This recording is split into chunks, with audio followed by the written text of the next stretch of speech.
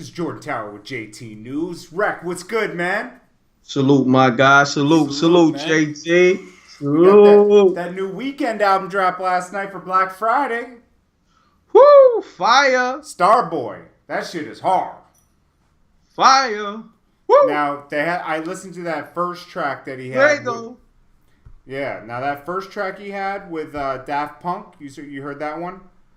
Nah, I didn't hear the whole It's called joint. Starboy. It's self-titled like the album. That shit is fire.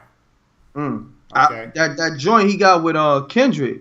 Now that's what we're about to get into. Kendrick Lamar. Now this is where he dissed Drake, but let's give a little background on the side. It's called Sidewalks, produced by, let's give everyone their credit, Bobby Raps, Daniel Wilson, Doc McKinney, Ali Shaheed Muhammad, Starboy. Now, the fire part of this song is the guitar by Don McKinney. Sounds like fucking Carlos Santana. That shit wailing sound right crazy. That should sound. That Rec heard it. He production was on ready that to go record in with his alone. own bars. Rec was ready to go in with his own bars right there. Oh, Now- yeah, I'm jumping on that. Oh, you should. You should. The Weeknd. Just know I'm jumping on that record.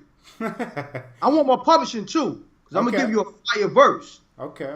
So let's give a little background. Sidewalks, a story about Abel and Kendrick Lamar's upbringing. So it's like them coming up in the game, using sidewalks as a metaphor for their grind, selling drugs on sidewalks, as seen hustling, working, and grinding.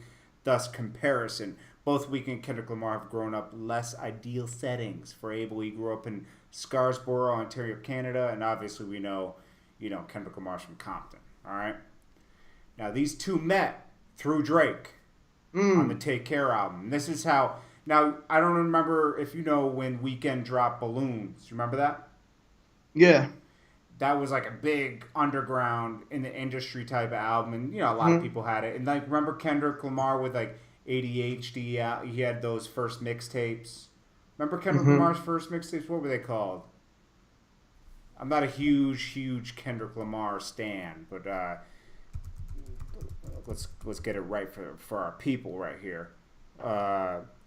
But they met through Drake on the Take Care album because Kendrick Lamar was on the interlude. Remember the Buried Alive interlude where he was just rapping? He was talking about how he met someone in Canada, and then we saw the big song with Abel, the Weeknd and Drake off the Take Care was Crew Love. Remember Crew Love? That was big.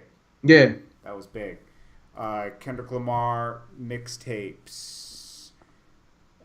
He No Sleep to NYC with J Drunk. He had a lot of little mixtapes in the beginning that were dope. He had the ADHD song. I remember that shit was hard. Remember that shit? But anyways, Weeknd takes a few shots at Drake on here. And what's funny is Yes, he does. we had Drake, right? Just tweeted the album out. Yeah, we can't do anything about that. But yeah. I mean, Drake tweeting the album out could have been subliminal too. Like, I heard your little shot, little nigga. Oh, I heard your little shot, little homie. But they're supposed to be doing a joint tape together too, according to Weeknd. I mean, you gotta understand it. Well, you already know. Yeah. Drake is a Billboard chart hit making artist. So is the Weeknd. True. So it benefits both of them. Yeah. So now, if somebody was like ice cold out there and they was throwing shots, then that's something different. But the Weeknd is hot too. Yeah. You know what I'm saying? Well, Drake tweeted out the Starboy shit like last night, and he said, out now, congrats the Weeknd and the whole XO. Okay. So he's probably saying, I heard it.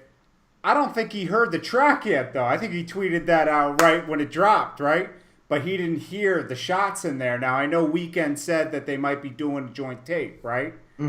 But I don't think Drake heard those shots. Now, the shots is it's in the beginning. Say he starts it off, I ran out of tears when I was 18, so nobody made me but the main streets. Okay? So, like, the streets built him. He said, because too many people think they made me. And Drake often takes credit. Remember Drake released that 5 a.m. in Toronto or 5 a.m. or something, and it was all shots towards the Weeknd because the Weeknd got funny on him. The Weeknd was supposed to sign to him after he dropped Take Care.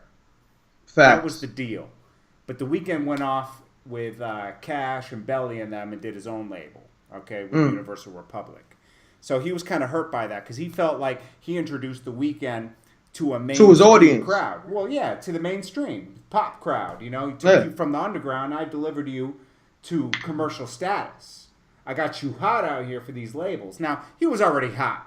Okay, so everyone's gonna be, oh, he was already hot.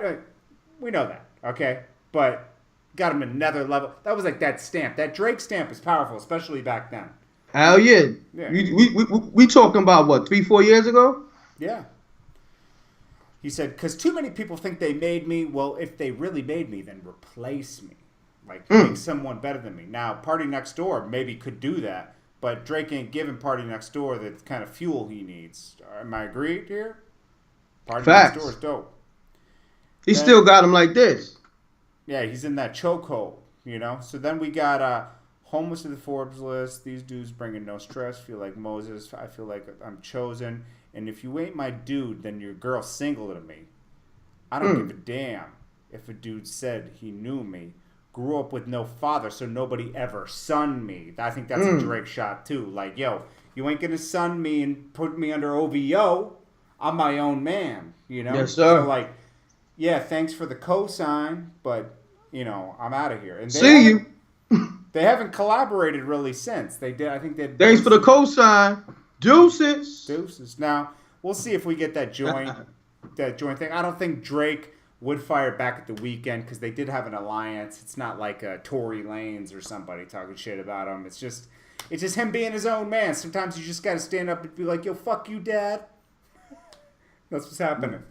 But speaking of Tory Lanez, Drake got to respond to that Liddy again because Tory Lanez was on one with that one. I think he's done. It's like having a little, like, you know, terrier nipping at your heels. It's like, okay, I already spanked him. Well, he's dope, though. There's a difference. He don't sell the records Drake sell, but he's fucking dope. He's dope. You know? Well, let me know what you guys think. He also had Kendrick Lamar in here. Kendrick Lamar killed it with the flow. Yeah, he killed it with the flow. I salute to him on that. Yeah, I respect the flow. But he killed it with the flow. We got to give him his props. And Kendrick Lamar notoriously takes shots. He got off with the flow on that. He takes shots notoriously at Drake countlessly, especially during that. Remember that BET cypher a few years ago? Yeah. He takes his shots. So it's funny that this happens on a Weeknd record. You know, Weeknd's dissing Drake with Kendrick Lamar. Kendrick Lamar didn't take any shots, but... Nah, he don't take no shots. Anyways, that's it, guys. Let me know what you guys think. Off.